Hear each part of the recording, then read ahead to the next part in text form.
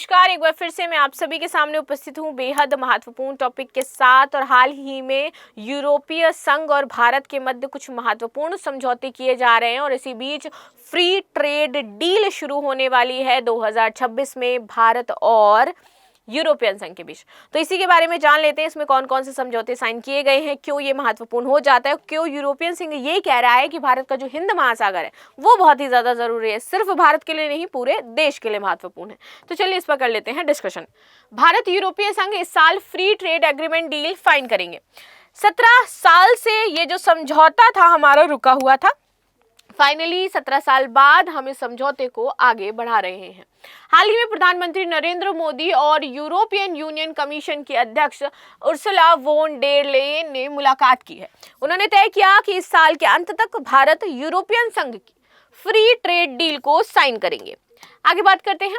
भारत और ईयू यानी कि यूरोपियन संघ है, इसके बीच दुनिया के सबसे बड़े व्यापार समझौते पर 17 साल पहले बात की गई थी और 17 सालों से ये जो चीजें थी वो टलती आ रही थी, नहीं हुई थी, लेकिन फाइनली अब इस पर साइन कर दिया जाएगा। 2013 में दोनों पक्षों की अपेक्षाएं अलग अलग होने के चलते बातचीत रुक गई थी।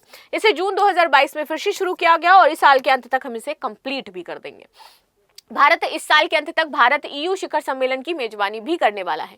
इसे लेकर के प्रधानमंत्री मोदी ने कहा कि आज हमने भारत और यूरोपियन यूनियन संघ साझेदारी को 2025 के आगे बढ़ने के लिए साहसी और महत्वाकांक्षी रोड मैप बनाने का फैसला किया है। इसे अगले भारत ईयू शिखर सम्मेलन में लॉन्च किया जाएगा। दोनों पक्ष बातचीत को अब तैयार हो चुके हैं, जिन पर पहले 2013 में बातचीत नहीं बन पा रही थी, लेकिन अब दोनों ही थोड़ा थोड़ा कॉम्प्रोमाइज करके इस पर सहमत हैं। देखिए, उर्सुला से बातचीत के बाद प्रधानमंत्री मोदी ने मीडिया से कहा कि निवेश को बढ़ावा देने के लिए दोनों पक्ष सुरक्षा समझौते और दुनिया भर में हो रहे बदलावों पर भी बातचीत आगे बढ़ाने के लिए प्रतिबद्ध हैं।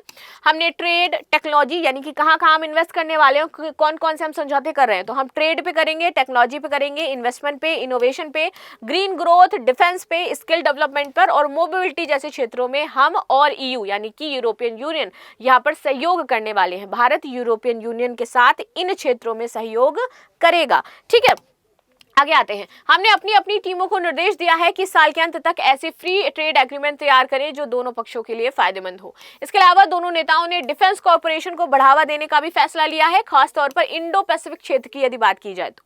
ठीक है, यूरोपीय संघ भारत के साथ सिक्योरिटी और डिफेंस को उसी तरह बढ़ाना चाहता है जैसे कि जापान और साउथ कोरिया का आपस में है, वैसे ही हम चाहते हैं भारत और यूरोपियन संघ का हो जाए।